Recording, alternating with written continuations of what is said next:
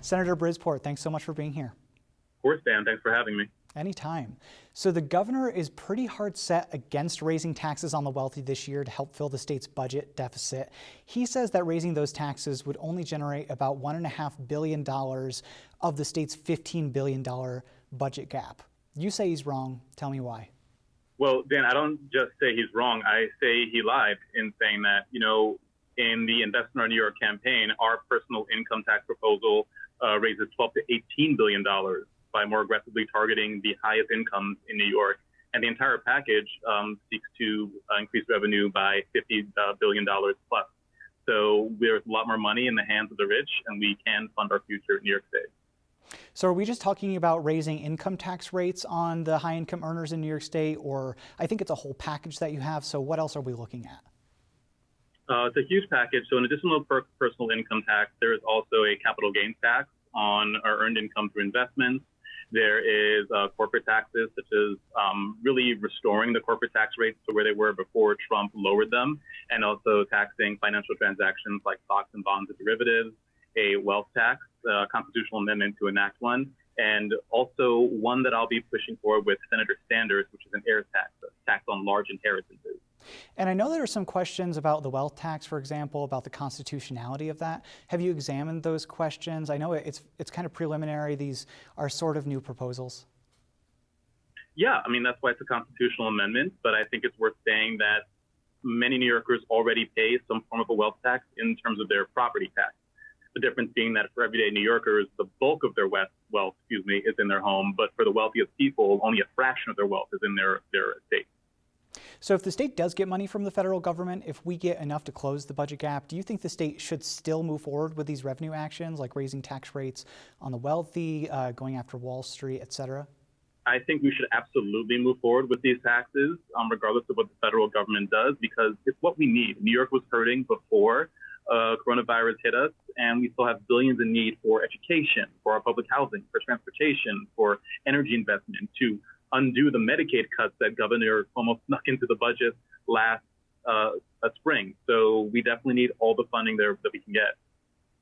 So these aren't new ideas. A lot of these ideas have been floating around the legislature for at least a couple of years. I'm thinking specifically of raising taxes on the wealthy. We did this several times throughout the state's history after 9/11, during the recession, the most recent recession 10 years ago.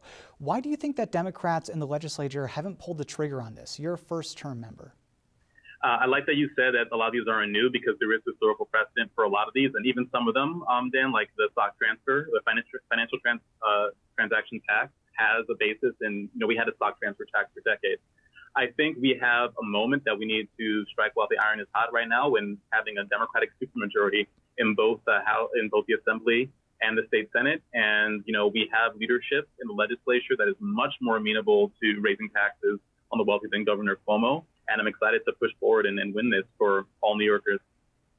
The governor and Republicans in the legislature have brought up an argument that if we raise costs for the wealthy in New York State, they will move out of the state to another state that may have lower tax rates or a lower cost of living. What do you say to that? How do you respond to those complaints? I know that 10 years ago when we raised taxes, that did happen at a minor level.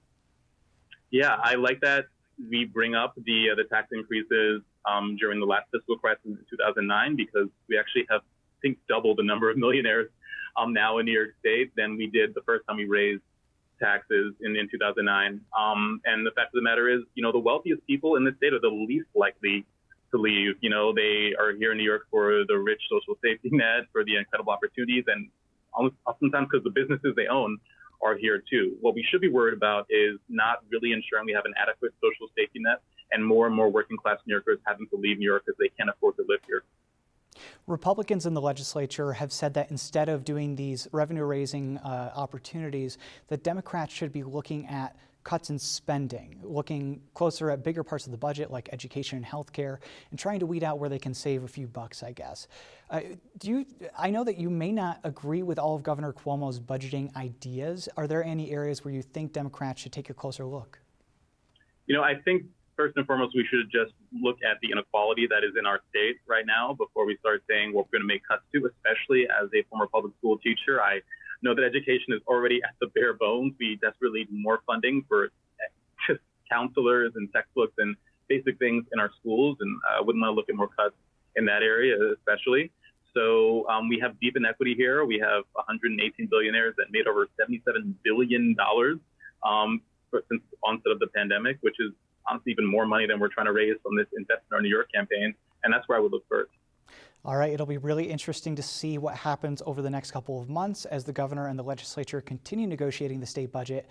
State Senator Jabari Brisport, thanks so much for being here. Thanks, Dan.